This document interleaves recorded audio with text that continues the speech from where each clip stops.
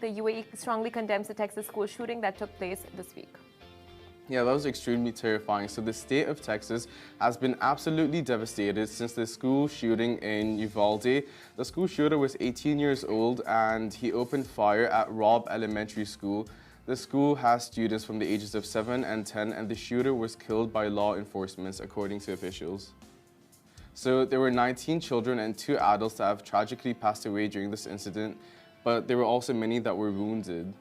Now, on May 28, the Ministry of Foreign Affairs and International Cooperation said the UAE has strongly condemned the shooting that occurred in a school in the U.S. state of Texas, resulting in a number of deaths and injuries of innocent students and teachers.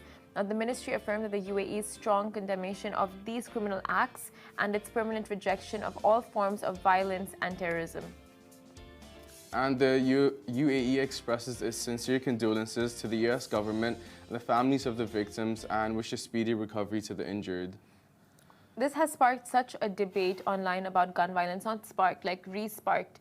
And it's so, I don't know, like, it's just a difficult thought knowing that people have to endure so much for laws to be revised and looked at. Like, it should have just, you know, like the US has been facing this for years. Yeah. And it's something lawmakers should look into immediately and not just have people talking about it on the internet and having these debates come up, waiting for something like this to happen, for something to actually get implemented. Exactly, and this isn't the first time, second or 10th time it has happened. It's been happening since the 70s. Yeah. And the fact that changes haven't been made, that's a mind-boggling bit to me.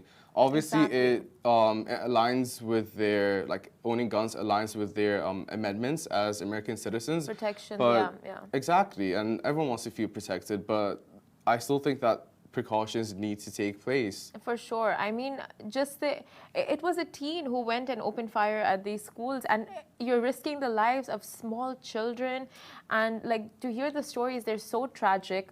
I mean, our thoughts and prayers are really with the parents and teachers and everyone who had to deal with this. And of course, like, you know, their friends who made, and just the guilt of even making it out alive. Like, oh my God, like, I know. They didn't and we got to live. Like, it's just so it's traumatizing. It's going to scar you forever, essentially. Exactly. Like, it's going to be hard to move on from it.